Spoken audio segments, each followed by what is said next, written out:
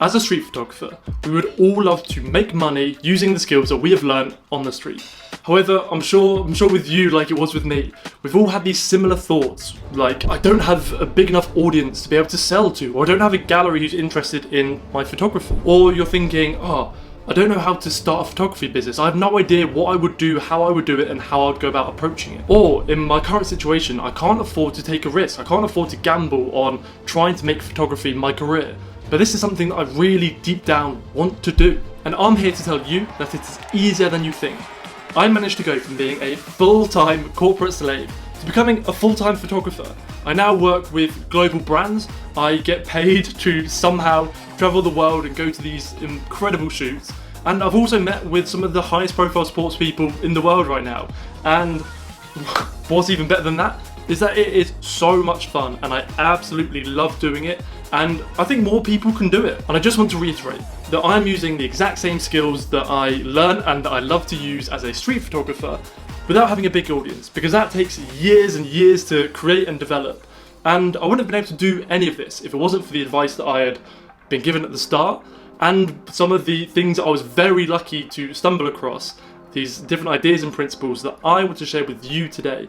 Because if you can understand how I did it, then you may be able to apply this to your situation so you can be able to do it. Because on this channel, we are all about community and not competition. We are about building each other up to live a more creative life, to find more satisfaction in our creativity, and to have fun doing it. So today, we're going to talk about 4 things.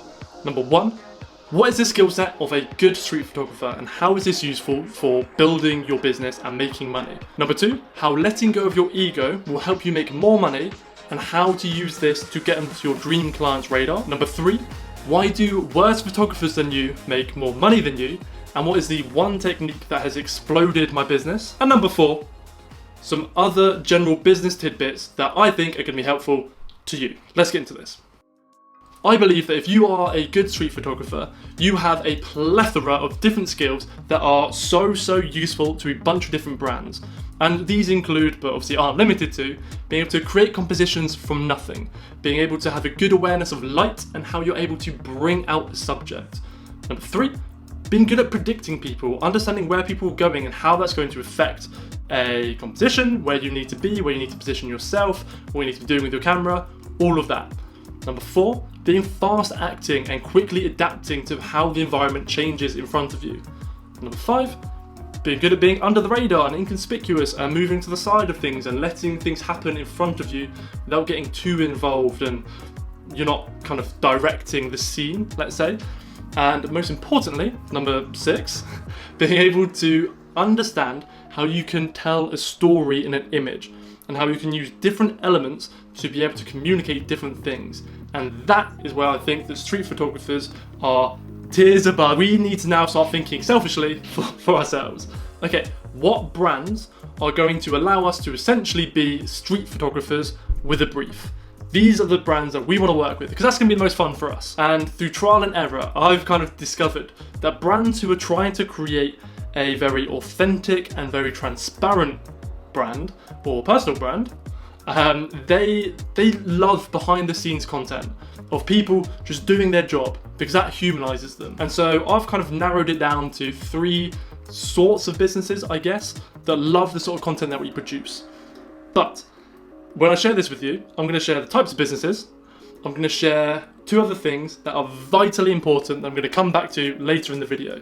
And that is who they are targeting and what they are trying to communicate. You have to be able to understand these in order to position yourself to get the job. Number 1, we have got sports teams and high profile athletes.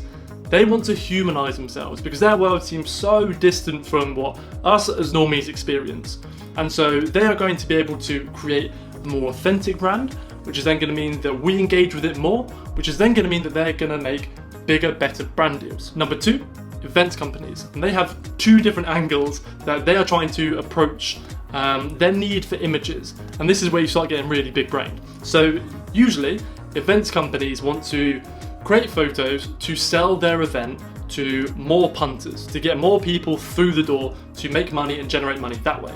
However, they can also use the same photos, or maybe slightly different photos, to reach out to or to show prospective clients but this is the show that we can put on. This is the level that we operate at, and that's why you need to work with us. And in a similar vein, number 3, we've got agencies who love to be able to promote what they do and how they do it to attract prospective clients. All of these companies need our skill sets to be able to promote what they do.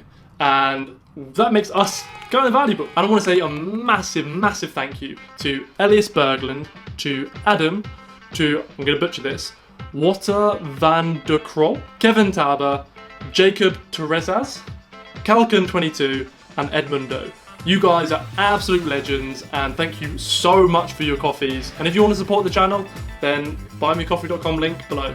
Thank you. A lot of people get caught up in thinking, I am a street photographer and I'm going to make my money through street photography. And in my opinion, that's going to hold you back, because if you are able to work as a photographer, you're able to constantly be thinking about photography, and you are going to be able to practice photography, and it's going to free up your time. And this is valuable to helping you compound your skills. And I've got to say that working with clients has led to, honestly, some of the best experiences of my life. Been able to give me access to places and people that I would never dream of, and I have absolutely loved doing it. And this got me thinking, how else is our ego holding us back? And there's one other way that I think that, well, there's probably more, but there's one other way that I think of, and that is that we want to make money straight away. And there's a lot of advice out there that's like, you need to charge what you are worth, and I agree. But if you don't have the client portfolio and you don't have the client experience of dealing and negotiating with clients, you're going to be working for not a lot of money.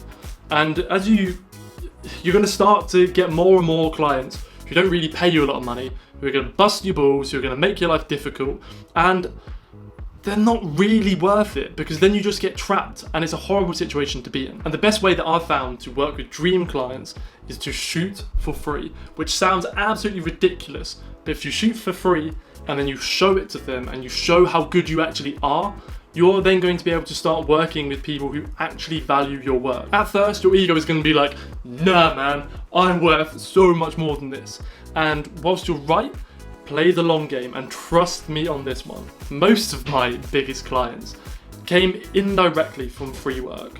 I shot something for free, which then meant that I got a sick client on my portfolio, who then started paying me, that then started leading to other brands being like, oh, you shot for them, nice. Oh, you shot for them as well, nice. And it builds and builds and builds. And this is what you want. So here's an example that you can do. Go to a sporting event for a local sort of team and think, what would the marketing manager want to see?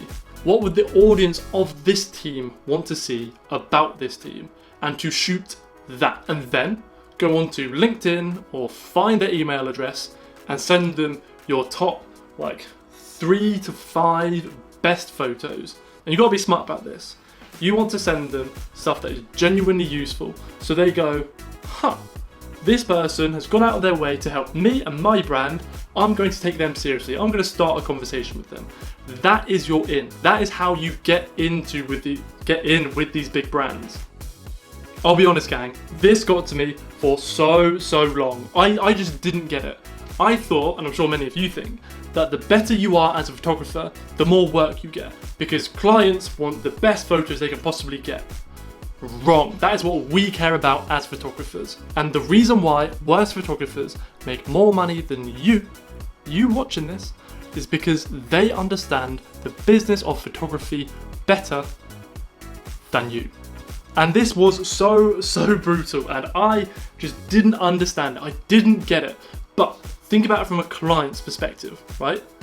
They want to know that you truly understand what they are trying to achieve, and that you are going to go out and shoot with that in mind. I've then developed this technique that I'm going to share with you today that has honestly transformed my ability to close deals with clients.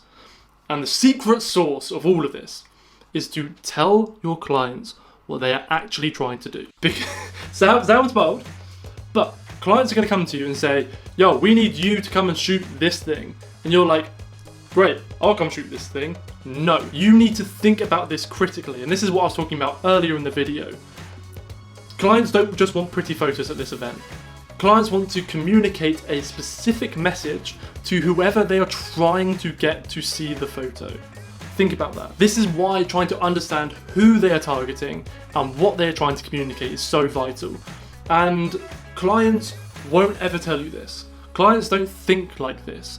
And so by you going out of your way saying, oh, at this event, I'm going to try and shoot photos that communicate this so we can target these people and these people, these people, that shows that you have got such a higher level of understanding than anyone else that they've asked to do this shoot.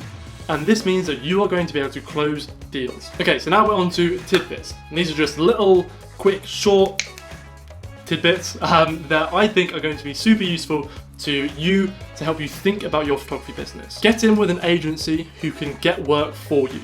Because once you're in with an agency and they've got a bunch of different clients, you then all of a sudden have lots of different clients.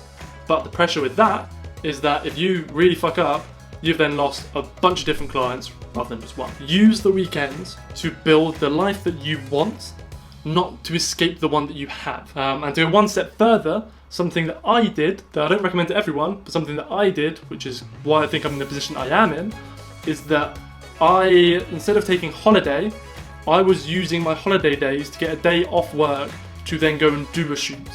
So I was essentially working 2 jobs, I was going to say full-time, but as full-time as you can get, one as a corporate slave and one as a photographer simultaneously.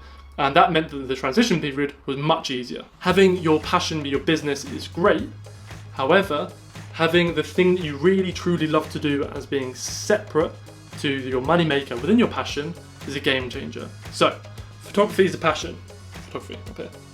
Having client work to pay your bills, fantastic. You can love that, but that is not going to touch the street photography, in my case, that is your absolute passion. That is the thing that you really love to do. Because as soon as you make this your job, that puts some crazy pressure on it. And by having 2 separate streams means that you're able to do both and to love both for what they are. If you found this interesting, then I would love a like, a comment, a subscribe, and yeah, share this with your mate. If you think that you and your friend should go into photography business, share this video with them help you. Yeah, I think that's it. If you have any questions, comment, and until next time,